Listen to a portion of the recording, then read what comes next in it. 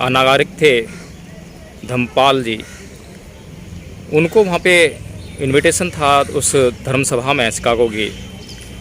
और जब उन्होंने देखा कि भारत से एक ऐसा सन्यासी आया है और वह उसमें अपनी बात रखना चाहता है, तो उन्होंने अपने समय में से निकाल कर कुछ समय उनको बोलने के लिए दिया।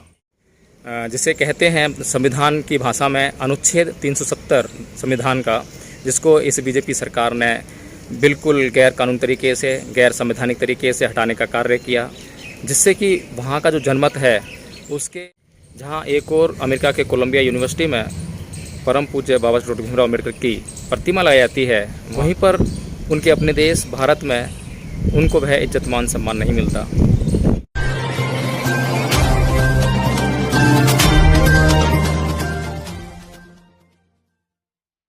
जय भीम, नमो साथियों, आज मैं हूँ दिल्ली विश्वविद्यालय में। और दिल्ली विश्वविद्यालय जिसकी स्थापना लगभग 1925 में अंग्रेज़ों के द्वारा की गई थी। और यहाँ पर आकर जो है आपको ये जो आर्ट फैकल्टी है, यहाँ पर आपको देखने को मिलेगी ये स्वामी विवेकानंद जी की मूर्ति। ये देखिए, ये है आर्ट फैकल्टी, कला संकाय कहते हैं। और ये बीचों बीच जो है स्वामी विवेकानंद जी की मूर्ति लगी है। अब स्वामी विवेकानंद जी की मूर्ति दिल्ली विश्वविद्यालय में किस लिए लगी है, ये सोचनीय विषय है, क्योंकि स्वामी विवेकानंद जी की पहचान पूरी दुनिया में धार्मिक मामलों में होती है। और जब इस यूनिवर्सिटी की स्थापना हुई तब यह मूर्ति यहाँ नहीं लगाई गई थी, बल्कि भारत की आज़ादी के बाद यहाँ पर यह मूर्ति स्थापित की गई। और स्वामी विवेकानंद जी की पहचान पूरी दुनिया में 1893 में शिकागो में हुए धर्म सम्मेलन के जरिए होती है, जहाँ पर स्वामी विवेकानंद ने हिंदू धर्म का अपना पक्ष रखा और वहाँ से खूब वाहवाही लुटी। हालांकि यह सुनने में आता है कि स्वामी विवेकानंद जी को अपने अंतिम समय में हिंदू धर्म की जो बुराइयां थीं उनके बारे में पूरा ज्ञान हुआ। वे यह जान सके कि हिंदू धर्म में कोई सुधार की गुंजाइश नहीं है, और यह भी सुना जाता है कि वे बौद्ध धर्म की तरफ आकर्षित थे।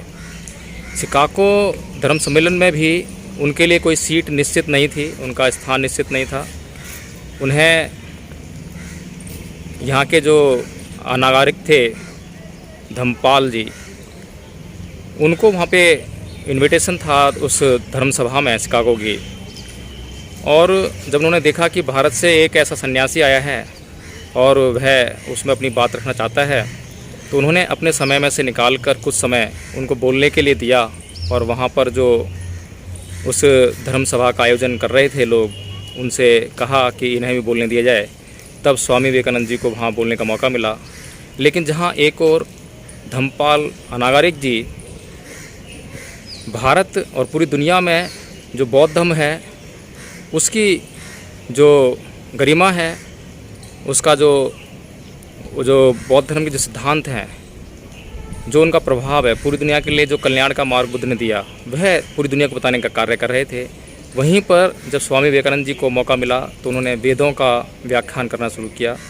हालांकि उनका बोलने का तरीका बहुत आकर्षक था और अपने बोलने के तरीके के कारण ही वे प्रसिद्धि पाई उन्होंने जो है उस धर्म सभा में।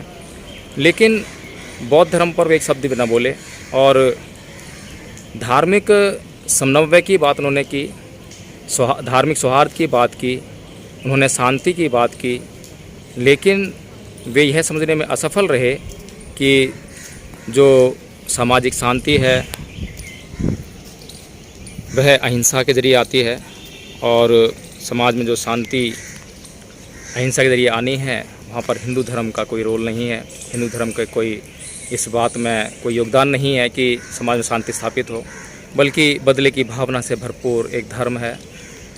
और बदले की भावना से भरपूर होने के कारण स्वामी विवेकानंद जी पता नहीं किस तरह से प्रभावित हुए, क्योंकि उनके गुरु थे रामकृष्ण परमहंस, तो उन्हीं के मार्गदर्शन में उनकी शिक्षा दीक्षा हुई, धर्म का ज्ञान उन्होंने लिया।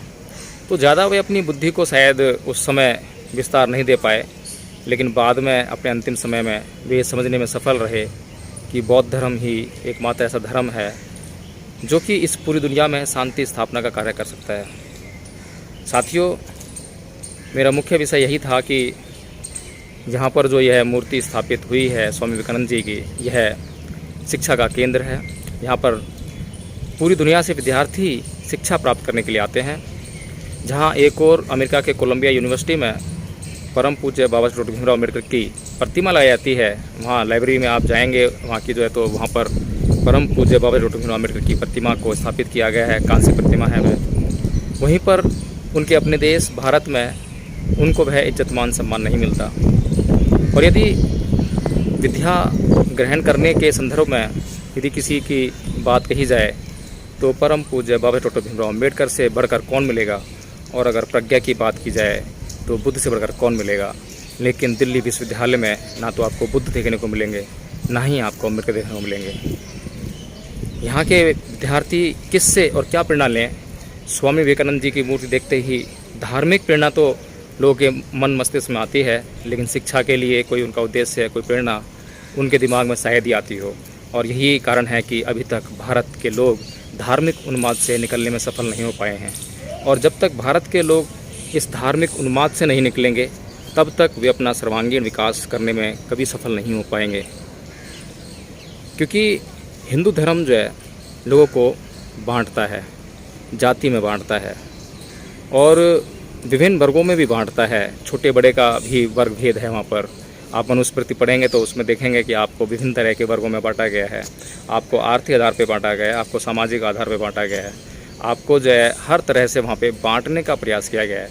वहीं पर जो बुद्ध हैं वो आपको मुक्त करने का प्रयास करते हैं, हर तरह से मुक्त करते हैं, हर बंधन से मुक्त करते हैं। लेकिन ऐसे लोगों की जो प्रतिमाएं हैं आपको इस देश में देखने को नहीं मिलेंगी, बल्कि कोई लगा दे। तो हमने पीछे देखा था छिबरा मऊ का जो घटना है उसकी, वहाँ पर हमने पाया कि छिबरा मऊ में जब कुछ लोगों ने बुद्ध की प्रतिमा स्थापित की तो वहाँ के जो ठाकुर समाज के लोग हैं, क्षत्रिय समाज के कहे जाने वाले लोग हैं, तथाकथित क्षत्रिय समाज के लोग हैं, उन्होंने बुद्ध की प्रतिमा को लगाए जाने का विरोध किया और वहाँ से प्रशासन के द्वारा उसको हटवा कर ही दम लिया।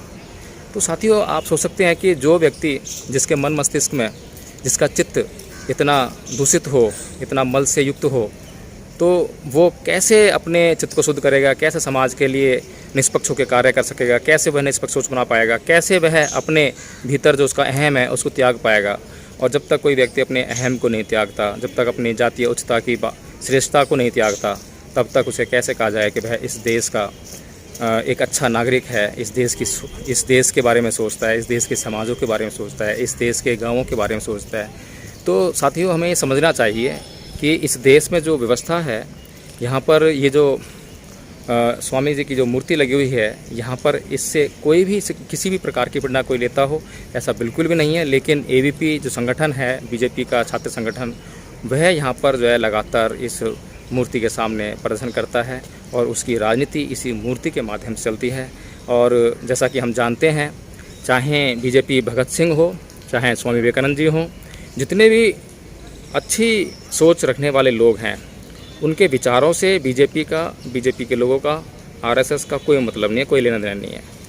जैसा कि हम जानते हैं कि भगत सिंह के बारे में भी मैं कई बार बोल चुका हूं कि भगत सिंह एक नास्तिक थे, लेकिन उनकी नास्तिकता के प्रचार को नहीं किया जाता है और उनको एक हीरोइज्म के तौर पर जो है, एक हीरो के तौर पर इस देश में पेश किया जाता है, युवाओं के हीरो के तौर पर पेश किया जाता है। युवाओं की जो देशभक्ति की जो भावनाएँ हैं उनको भड़काने का, उनको इकट्ठा करने का, उनको अपने राजनीतिक परिप्रेक्ष्य में प्रयोग करने का कार्य किया जाता है। तो साथियों, हमें ये समझना होगा और हमें ये दूसरों को समझाना भी होगा।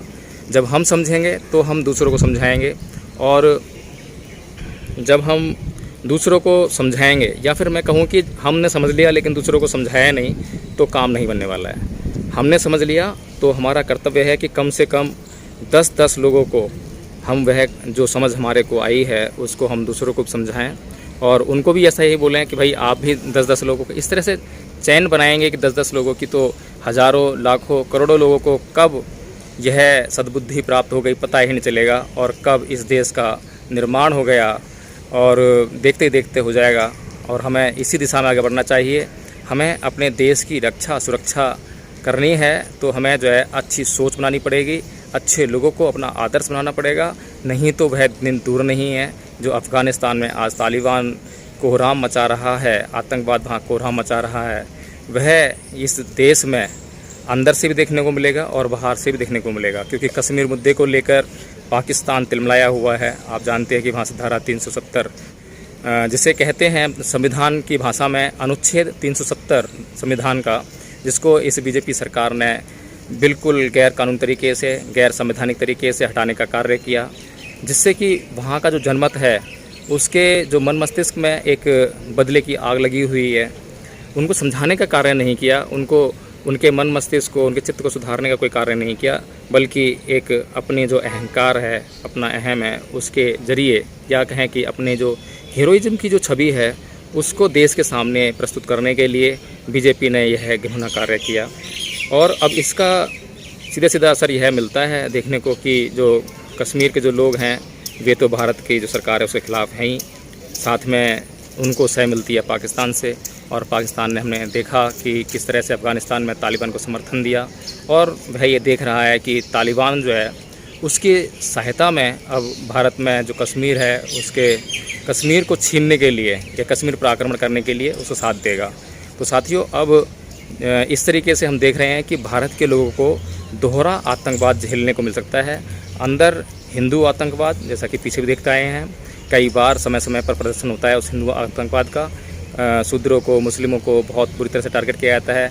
कई बार हमने देखा है, गुजरात में हमने देखा कि लोगों को जो नंगा करके उनको पीटा गया, बहुत बुरी तरह से हत्याएं भी होती हैं, बलात्कार भी उन पर होते हैं। तो ये एक आतंकवाद अंदर का है, अंदर की व्यवस्था का है, अंदर की सामाजिक व्यवस्था का है, अंदर की धार्मिक व्यवस्था का है, और बाहर का आतंकवाद भी मुँह बोए खड़ा हुआ है। तो साथियों, हमें ये समझना पड़ेगा और दूसरों को समझाना भी पड़ेगा। साथियों, मैं आपसे विदा लेता हूँ। जय भीम, नमो बुद्धाय। अपना चैनल, आपका चैनल, समाज का चैनल, देश का चैनल NB News 24/7 को आप लाइक करें, सब्सक्राइब करें और ज्यादा से ज्यादा इसकी वीडियो को शेयर करें, ताकि हर खबर को मैं आप तक आसानी से पहुंचा